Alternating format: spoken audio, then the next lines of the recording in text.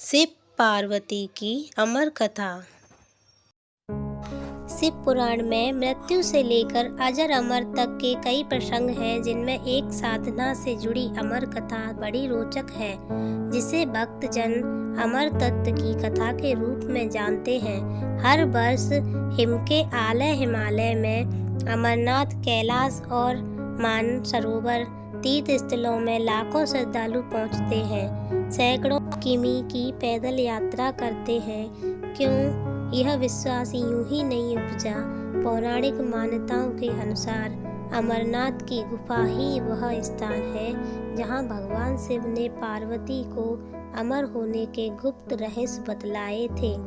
उस दौरान उन दो ज्योतियों के अलावा कोई तीसरा प्राणी वहां नहीं था, न महादेव का नंदी और न ही उनका नाग, न सिर पे गंगा और न ही गणपति या फिर कार्तिकेय। गुप्त स्थान की तलाश में महादेव ने अपने वाहन नंदी को सबसे पहले छोड़ा। नंदी जिस जगह पर छूटा उसे ही पहलगाम कहा जाने लगा। अमरनाथ यात्रा यहीं से शुरू होती है। यहाँ से थोड़ा आगे चलने पर शिवजी ने अपनी जटाओं से चंद्रमा को अलग कर दिया। जिस जगह ऐसा किया वह चंद्रवाणी कहलाती है। इसके बाद गंगा जी को पंचतरणी में और कंठाभूषण सर्पों को शेषनाग पर छोड़ दिया। इस प्रकार इस पड़ाव का नाम शेषनाग पड़ा।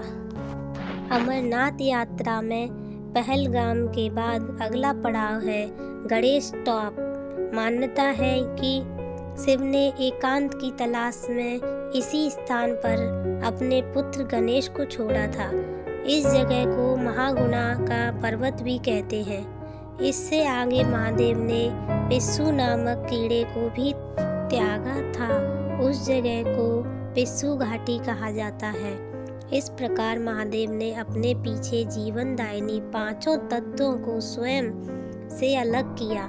इसके पश्चात पार्वती संग एक गुफा में महादेव ने प्रवेश किया।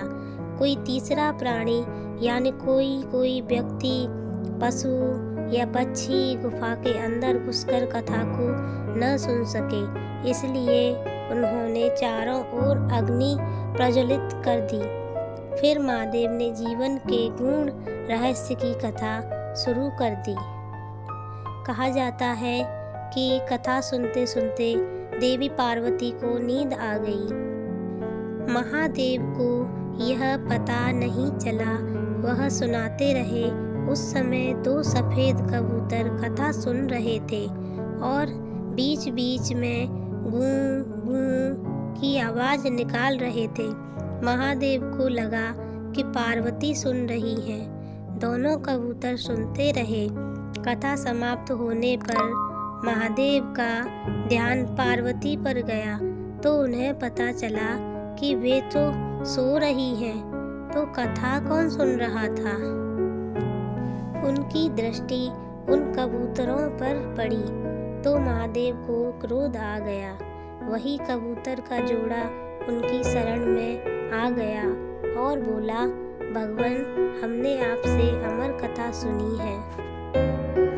यदि आप हमें मार देंगे तो यह कथा झूठी हो जाएगी। इस पर महादेव ने उन्हें वर दिया कि तुम सदैव इस स्थान पर शिव व पार्वती के प्रतीक की तरह निवास करोगे।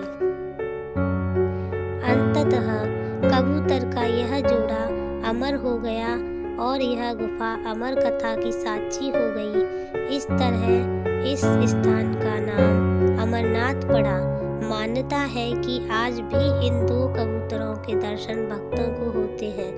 यहाँ हर वर्ष इन्हीं दिनों निर्मित होने वाला शिवलिंग किसी आश्चर्य से कम नहीं।